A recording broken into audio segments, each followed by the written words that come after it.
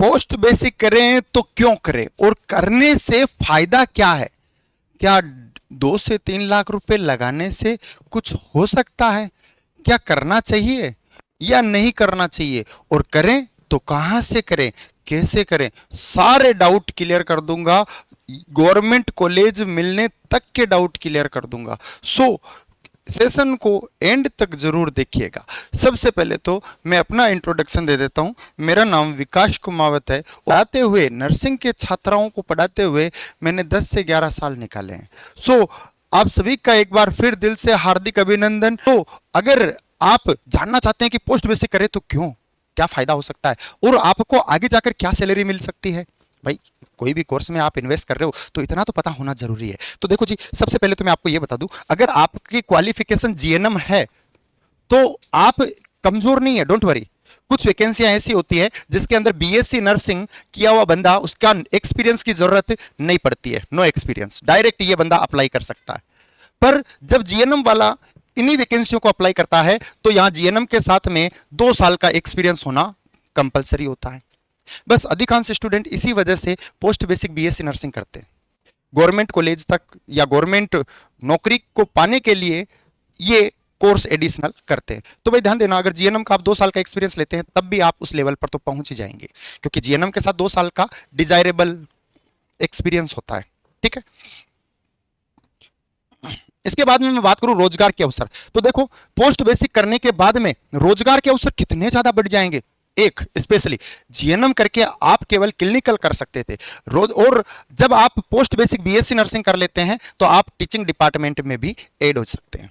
मतलब अब आप टीचिंग प्लस क्लिनिकल दोनों ही डिपार्टमेंट को देख सकते हैं, जबकि जीएनएम वाला केवल क्लिनिकल डिपार्टमेंट को देख सकता है, टीचिंग को नहीं। पर जब पोस्ट बेसिक बीएससी नर्सिंग हो जाता है तो आप टीचिंग भी देख सकते हो और क्लिनिकल भी देख सकते हो, दोनों ही डिपार्टमेंट देख सकते हो। इसके अलावा जब आप पोस्ट बेसिक बीएससी नर्सिंग करते हैं, पोस्ट बेसिक बीएससी नर्सिंग करते हैं तो रोजगार की और क्या अपॉर्चुनिटी होती है, तो जो जीएनएम की होती है उतनी ही होती है, कोई ज़्यादा नहीं होती। जीएनएम एक्सपीरियंस बंदा जितनी वैकेंसी को फाइट कर सकता है उतनी ही वैकेंसी यहाँ इसके अंदर होती है।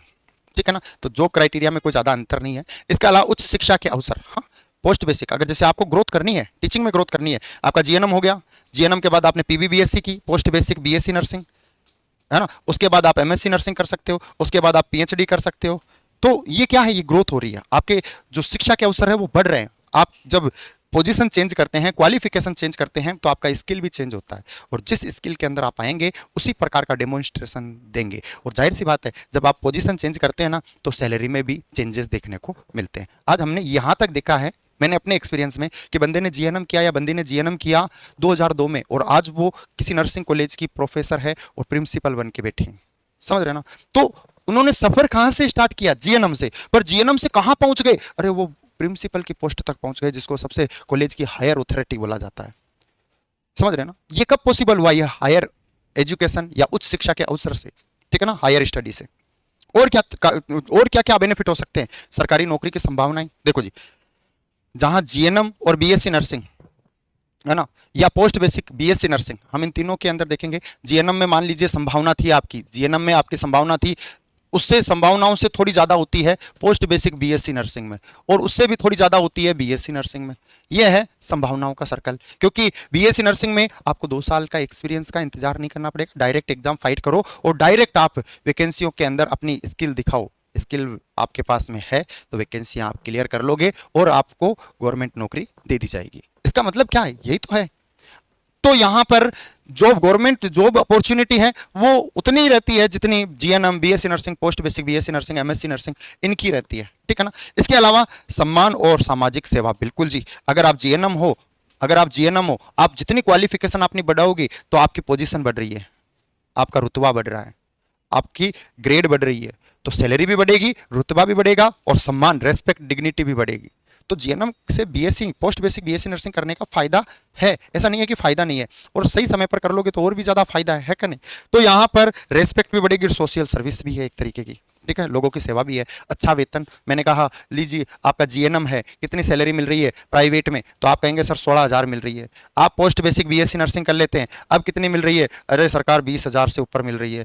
आप बीएससी नर्सिंग कर लेते हैं, उसके बाद कितनी, अब जैसे बीएससी नर्सिंग आप अगर करते हैं तब भी आपकी 20,000 ही मिलेगी, कोई ज़्यादा नहीं है, क्योंकि पोस्ट बेसिक भी तो बीएससी नर्सिंग ही है। इसके बाद आप एमएससी नर्सिंग करते हैं, उसके बाद सैलरी कितनी मिलेगी, 35K, 35,000 मिलेगी। ये प्राइवेट की बता रहा हूँ मैं, जनरल सैलरी, ठीक है ना। तो ये सैलरी का सिनेरियो है भाई। देखो कोर्स बढ़ रहा है, सैलरी बढ़ रही है, कोर्स बढ़ रहा है, सैलरी बढ़ रही है। कुछ नेगेटिव पॉइंट है तो कुछ पॉजिटिव पॉइंट भी है, ठीक है ना।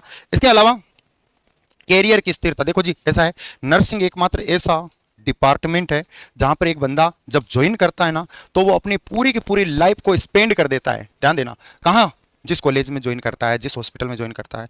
तो एक नर्सिंग ऐसा डिपार्टमेंट है जहां पर कैरियर स्टेबल है ना।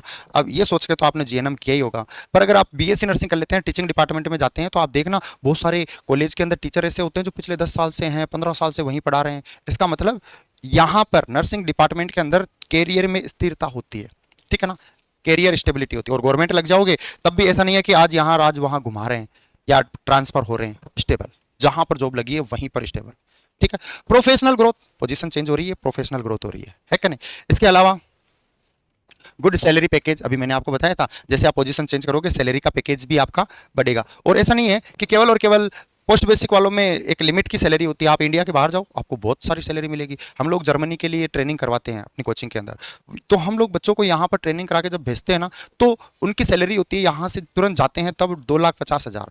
अब वो 1 साल का वहाँ एक्सपीरियंस लेते हैं, फिर उनका दूसरा एग्जाम होता है B2 टेस्ट, उसके बाद में उनको फर्दर वहाँ एक एग्जाम और लगता है B2 टेस्ट। जैसे ही उस टेस्ट का रिजल्ट अनाउंस होता है और वो पास हो जाते हैं तो उस सैलरी के अंदर 50 से 70,000 रुपये और सैलरी बढ़ जाती है। तो इस डिपार्टमेंट में ऐसा नहीं है पैसे नहीं है, बहुत है, पर आपका स्किल, आपकी गाइडलाइन, आपको ध्यान रखोगे ना तब जाके आप एक अच्छी अर्निंग कर पाओगे। अब मैं आपको बता दूं, देखो जी सन 2023 से लेकर अभी तक 2025 तक जो नर्सिंग गुरुजी कोचिंग है, इसके अंदर पोस्ट बेसिक बीएससी नर्सिंग का जो बैच लगता है और इसी बैच से हर साल जो रैंक आती है वो सेकंड रैंक कोचिंग की आती है। सेकंड रैंक हर साल सेकंड रैंक आती है, वो कोचिंग की आती है। और केवल इतना ही नहीं बताऊंगा मैं आपको, हमारे यहाँ पर नॉर्सेट का नहीं, जब पोस्ट बेसिक में आप अगर एडमिशन लेते हैं तो नॉर्सेट का सिलेबस हम नहीं पढ़ाएंगे, केजीएमयू का सिलेबस हम नहीं पढ़ाएंगे, आपको हम आरएमएल पीजीआई का सिलेबस नहीं पढ़ाएंगे, आरएमएल पीजीआई का भी हम नहीं पढ़ाएंगे, पीजीआई।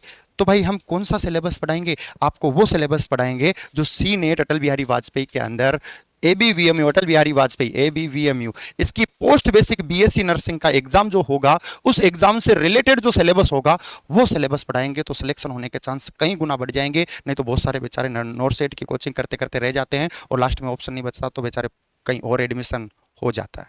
तो ध्यान देना, अगर आप रियली चाहते हैं कि 2026 के अंदर आपका कैरियर एक नई उड़ान ले और आप केवल गवर्नमेंट कॉलेज की तरफ ही पहुंचे और हायर चांस आपका है कि हमें तो गवर्नमेंट कॉलेज ही चाहिए, तो उन सभी विद्यार्थियों का हार्दिक अभिनंदन है। और अगर आप लोगों ने हमारा व्हाट्सएप ग्रुप नहीं ज्वाइन किया है तो आप जल्दी से व्हाट्सएप ग्रुप ज्वाइन कर लीजिए। डेफिनेटली आपको व्हाट्सएप ग्रुप के अंदर बहुत सारे अपडेट मिलेंगे और मैं गारंटी लेता हूं जितने व्हाट्सएप ग्रुप में डाटा डालूंगा उनमें से 30 क्वेश्चंस तो 100% आएंगे, 30 क्वेश्चंस 100% आएंगे, बाकी बचे 90 क्वेश्चंस उसकी प्रैक्टिस करेंगे एक्सीड प्लेटफॉर्म पर। बैच ज्वाइन करिए और फायदा जरूर लीजिए। मिलते हैं बैच के अंदर।